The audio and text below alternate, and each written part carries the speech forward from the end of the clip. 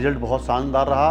लगभग 50-60 बच्चे ऐसे हैं जिन्हें गवर्नमेंट कॉलेज मिल जाएगा एमबीबीएस के लिए। हमारा एक टारगेट है, गरीबी की वजह से, परेशानी की वजह से कोई बच्चा पढ़ाई से न रह जाए। हमने हर साल 150 बच्चे फ्री पढ़ाने का भी काम किया है। ओमेगा का एक टारगेट रहा है हमेशा कि फीस की वजह से कोई बच्चा कभी कोचिंग से वापस नहीं जाता है। पढ़ाते तो सब हैं, हम लोग भी पढ़ाते हैं और भी सब पढ़ाते हैं, लेकिन हमारा पर्सनल अटैचमेंट बहुत तगड़ा रहता है बच्चे के साथ। उसकी छोटी छोटी बातों पर हम निगाह रखते हैं। अगर बच्चे के नंबर हमारे यहाँ टेस्ट में कम आ रहे हैं तो हम पर्सनल अपने ऑफिस में बुलाते हैं कि बेटा नंबर कम क्यों आ रहे हैं, क्या कम वजह है। उनके घर वालों को बिठाते हैं, ऐसी मीटिंग करते हैं। तो हमारा पर्सनल अटैचमेंट बहुत तगड़ा है और यही सफलता की वजह बनी। कोचिंग में जितना बच्चा पढ़ रहा है उसका 20% बच्चा फ्री पढ़े। आपके पास भी कभी कोई बच्चा आ जाए जिसे फाइनेंशियल दिक्कत हो, आप मुझे एक फ़ोन कर दीजिए, मैं उसकी पूरी मदद करूंगा। कभी आपको ये नहीं लगेगा कि जो कलीम सर बोल के गए थे वो करा नहीं मैंने।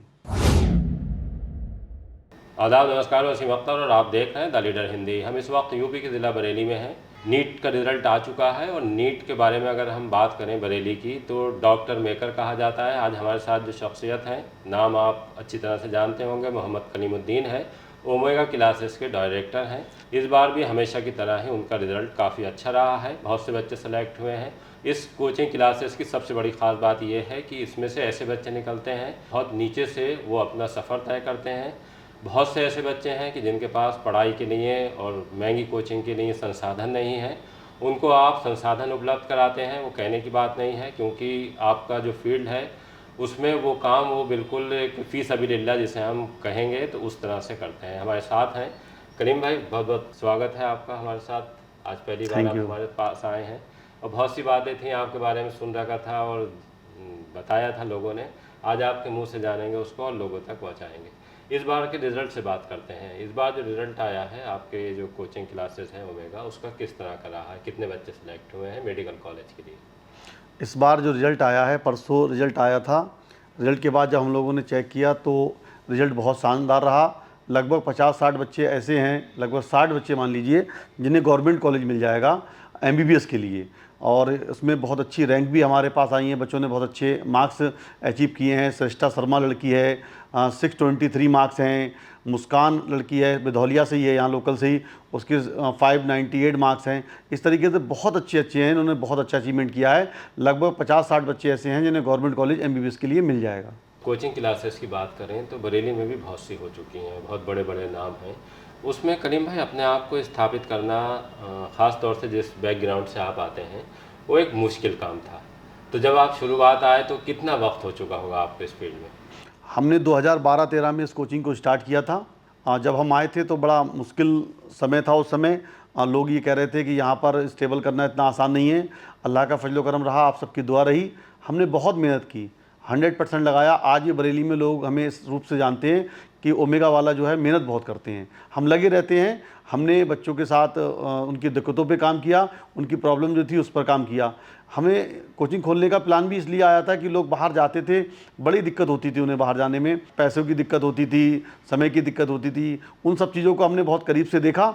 उसके बाद हमने कोचिंग खोली, मेहनत की। आज अल्लाह का फजल करम है, आप सबकी दुआ है। इन सब कोचिंग के बाद भी ओमेगा का नाम सबसे ऊपर लिया जाता है, बड़ा सम्मान के साथ ओमेगा का नाम लिया जाता है। हमारा नाम इस वजह से बड़ा अच्छे तरीके से लिया जाता है कि रिजल्ट के मामले में हमने हर साल अपने आप को इम्प्रूव किया है और रिजल्ट इस बार भी बहुत अच्छा रहा है। बहुत अच्छा रिजल्ट, छोटे शहर में रहकर कोई कोचिंग इतना बढ़िया रिजल्ट दे रही है, ये बच्चों की मेहनत है, हमारी फैकल्टी की मेहनत है।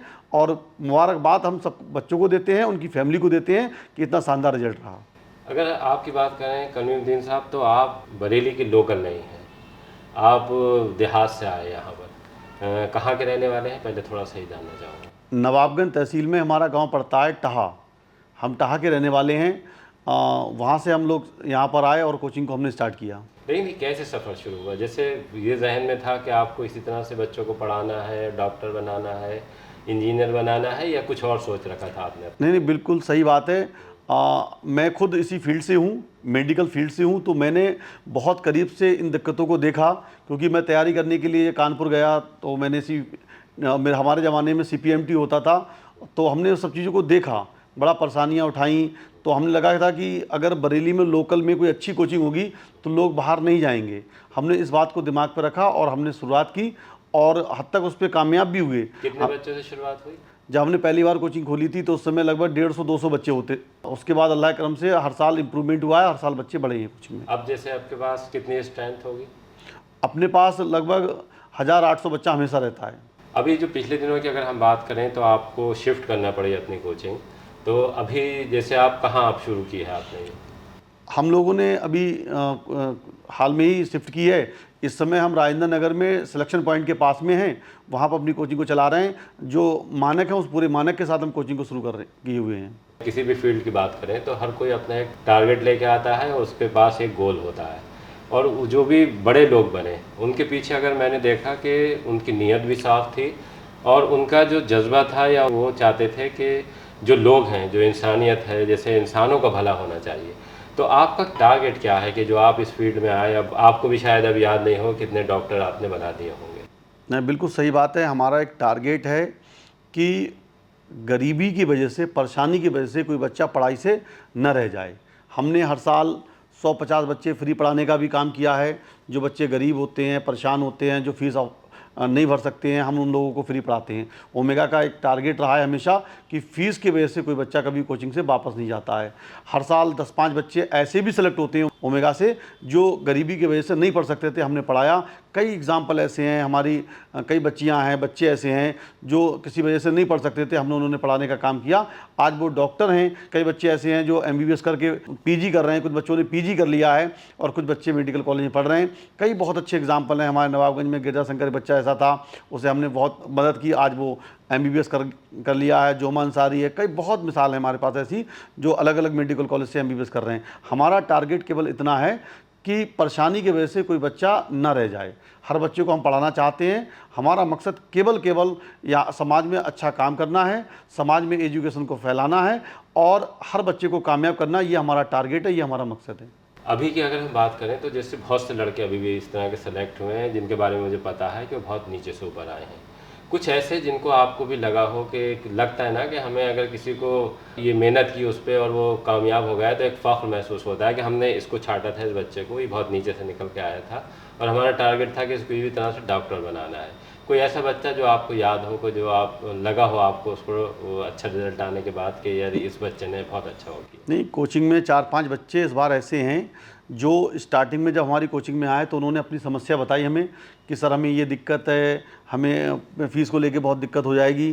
तो हमने कहा आप परेशान मत हो, आप कोचिंग आओ। उन्होंने हमसे कहा कि कलीम सर हमने आपका नाम सुना है बहुत कि आप बच्चों की मदद करते हैं, आप बच्चों के साथ लगते हैं। तो हमने कहा जो नाम आपने सुना है हम वो काम करके दिखाएंगे। हमने उन बच्चों को अपनी कोचिंग में लिया। तो 4-5 बच्चे ऐसे हैं जो सिलेक्ट हुए हैं और उन्हें गवर्नमेंट कॉलेज, अच्छा कॉलेज मिल जाएगा। तो उनके गार्जियंस भी बहुत खुश हैं। कई बच्चे तो ऐसे थे जब आए हमसे मिलने के लिए परसों तो वो रो रहे थे, उनकी फैमिली वाले रो रहे थे कि कलीम सर आपने जो कहा वो करके दिखाया। एक बच्ची है बंसिका महाजन, उसके पापा ने तो बहुत ही इमोशनल हो गया, बोला है कि कलीम सर जब हम आपके यहाँ आए थे तो आपने कहा था कि मुझ पर विश्वास करके अपनी बेटी को छोड़ दीजिए, बाकी 1 साल का समय दीजिए, हम डॉक्टर बना के भेजेंगे। और आज हमारा बच्चा डॉक्टर बन रहा है। ऐसे कई बच्चे हैं। सिस्टर सिंह हमारे यहाँ आई थी, बहुत परेशान थी, खासतौर पर उसके पापा ने कहा था कि सर फिजिक्स को लेके हमें बहुत दिक्कत है। तो हमने फिजिक्स वाले सर से मिलवाया तो वो भी यही बात कह रहे थे कि सर आपने जो कहा था कि फिजिक्स में बहुत इंप्रूवमेंट हो जाएगा, तो आज हमारे बच्चे का इंप्रूवमेंट हुआ है। उसने कोचिंग फील्ड में देखा जाए तो बरेली जिले को लगभग टॉप से किया है। तो ये कैसे मुमकिन कर पाते हैं? जैसे बहुत एक टफ टारगेट है, बहुत, अगर मैंने जितने बच्चों से बात की है नीट वाले जो इस बार भी क्वालिफाई हुए हैं, बहुत से बच्चों को कई अटैम्प्ट में इसमें लग जाते हैं। तो इस मुश्किल काम को आसान करने के लिए किस तरह की मेहनत करनी पड़ती है आपको? ये बिल्कुल अच्छा सवाल है कि हमारा टारगेट क्या रहता है बच्चों के लिए। तो हमारा सबसे मेन काम क्या है कि पढ़ाते तो सब हैं, हम लोग भी पढ़ाते हैं और भी सब पढ़ाते हैं, लेकिन हमारा पर्सनल अटैचमेंट बहुत तगड़ा रहता है बच्चे के साथ। उसकी छोटी छोटी बातों पर हम निगाह रखते हैं। अगर बच्चे के नंबर हमारे यहाँ टेस्ट में कम आ रहे हैं तो हम पर्सनल अपने ऑफिस में बुलाते हैं कि बेटा नंबर कम क्यों आ रहे हैं, क्या कम वजह है। उनके घर वालों को बिठाते हैं, ऐसी मीटिंग करते हैं। तो हमारा पर्सनल अटैचमेंट बहुत तगड़ा है। हाँ, आज के तारीख में जो सिलेक्शन है केवल बहुत ज़्यादा पढ़ाई से ही नहीं होता है। पढ़ाई के साथ साथ आप बच्चे के साथ कितना बढ़िया कर पा रहे हैं, उनकी ज़रूरतों पे काम कर पा रहे हैं, उनके क्या छोटे छोटे जो डाउट्स हैं उन्हें क्लियर कर पा रहे हैं, क्या पूरी टीम आपकी मेहनत कर रही है, क्या पूरा समय दिया जा रहा है। हमारी सबसे बड़ी ताकत यह है कि हमारे यहाँ जो फैकल्टी है वो स्टेबल है।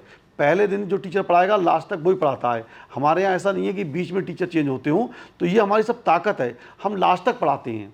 जैसे मैं अभी हाल फिलहाल की बात करूं, अभी पहले नीट का एग्ज़ाम हुआ, दोबारा री नीट का एग्ज़ाम हुआ। तो री नीट और नीट में हम लोगों ने क्या किया कि बरेली के अंदर हम लोगों ने ऐसा किया कि 1.5-2 महीने जो मिला था, 1.5 महीना, उसमें प्रॉपर टेस्ट के साथ साथ क्लासें पढ़ाई, पूरा रिवीजन कराया। हम लास्ट तक पढ़ाते रहे, लास्ट तक बच्चों का रिवीजन कराते रहे, इसका फ़ायदा हुआ और यही सफलता की वजह बनी। अच्छा, कितने बच्चे जो आज डॉक्टर आपकी वजह से बन गए हैं, कुछ आपने ऐसा डेटा कलेक्ट किया है या कुछ आंकड़ा है आपके पास? 10-12 साल में लगभग 500-600 बच्चे, 600 बच्चे ऐसे हैं जो गवर्नमेंट कॉलेज से MBBS कर रहे हैं या कर चुके हैं। हमारे यहाँ से ये 10-12 सालों में लगभग 500-600 बच्चे MBBS में क्लियर हो चुके हैं। इंडिया के टॉप कॉलेज से पढ़े हैं, चाहे वो एम्स हो, FMC हो, जिपमर हो, KGMC हो, मौलाना आज़ाद हो, सबसे हमारे बच्चे MBBS कर रहे हैं, सब जगह बच्चा पहुँचा है ओमेगा का। तो आने वाले वक्त में क्या तैयारी है आपको, जो अब आपने सोच रखा है कि अब क्या मकाम इसमें हासिल करना है? बिल्कुल, जब हमने जिस सोच के साथ शुरुआत की थी कि जैसे बाहर बात की जाए, कोटा में या दिल्ली में बहुत बड़ी बड़ी कोचिंग है, बहुत ज़्यादा बच्चे पढ़ाते हैं, तो हमने सोचा कि उन्होंने भी तो कभी बहुत स्टार्टिंग की होगी, बहुत बेसिक्स की होगी, उनके पास भी तो बच्चे बहुत कम रहे होंगे, जितना बच्चा हम पढ़ा रहे हैं कभी उनके पास भी उतना रहा होगा। तो हमारा टारगेट यह है कि मेहनत के बल पर, अल्लाह के फजल करम से और आप सबकी दुआ रही, तो हम भी वही मुकाम हासिल करना चाहते हैं जो बाहर की कोचिंग करती हैं। जितना बच्चा उनके पास रहता है उसी तरीके से हम काम करना चाहते हैं। लेकिन इसमें जब आप आगे जाएंगे और आप उस मकाम को हासिल करेंगे जो बड़े कोचिंग के नाम जिनका आपने लिया है, तब आपको बच्चों को इससे क्या फ़ायदा देंगे? आप कितने ऐसा जो बहुत से ऐसे बच्चे हैं जैसे अभी आप कम पढ़ा रहे हैं, आगे ये तादाद कितनी हो जाएगी कि अगर हम गरीब जो ज़रूरतमंद बच्चे हैं उनकी बात करें? हमारा टारगेट रहेगा कोचिंग में जितना बच्चा पढ़ रहा है उसका 10% और 20% बच्चा फ्री पढ़े। मतलब कोई बच्चा कभी भी, मैं आपके चैनल के माध्यम से ये बात क्लियर कर देना चाहता हूँ, आपके पास भी कभी कोई बच्चा आ जाए जिसे फाइनेंशियल दिक्कत हो, आप मुझे एक फ़ोन कर दीजिए, मैं उसकी पूरी मदद करूँगा। कभी आपको ये नहीं लगेगा कि जो कलीम सर बोल के गए थे वो करा नहीं मैंने। देखिए, बहुत अच्छी बात कही है। ख़ास तौर से इस पेशे में ज़रूरत भी है कि अगर आप इन बच्चों को, जो बच्चे बहुत नीचे से आएंगे, जाहिर सी बात है जब वो डॉक्टर बनेंगे तो उनमें इंसानियत का जज्बा उन लोगों से ज़्यादा होगा जो ज़्यादा रकम खर्च करने के बाद डॉक्टर बने हैं। क्योंकि अक्सर ही सवाल पैदा होता है, एजुकेशन है वो महंगी है, उसके बाद जब हेल्थ की बारी आती है तो हेल्थ में भी ये कहा जाता है कि बहुत महंगा इलाज हो गया है। उस महंगे इलाज को सस्ता वही कर सकते हैं कि जिन्होंने उन परेशानियों को बर्दाश्त किया है, झेला है, समझा है कि गरीबी क्या होती है, गरीब का दर्द क्या होता है। इस सोच से ही हम इस माहौल को बदल सकते हैं। कलीमुद्दीन साहब इसी सोच को लेकर काम कर रहे हैं, उन्होंने जैसा बताया है, और जाहिर सी बात है कि जब वो मजबूत होंगे तो वो बच्चे इस तरह के और आगे आएंगे जिन्हें ज़रूरत है, जिनके पास पैसा नहीं है कि वो डॉक्टर बन सकें। अभी तादाद कम है, ये तादाद आपका कहना है कि और आगे बढ़ेगी। हमसे बात करने के लिए बहुत बहुत शुक्रिया। Thank you.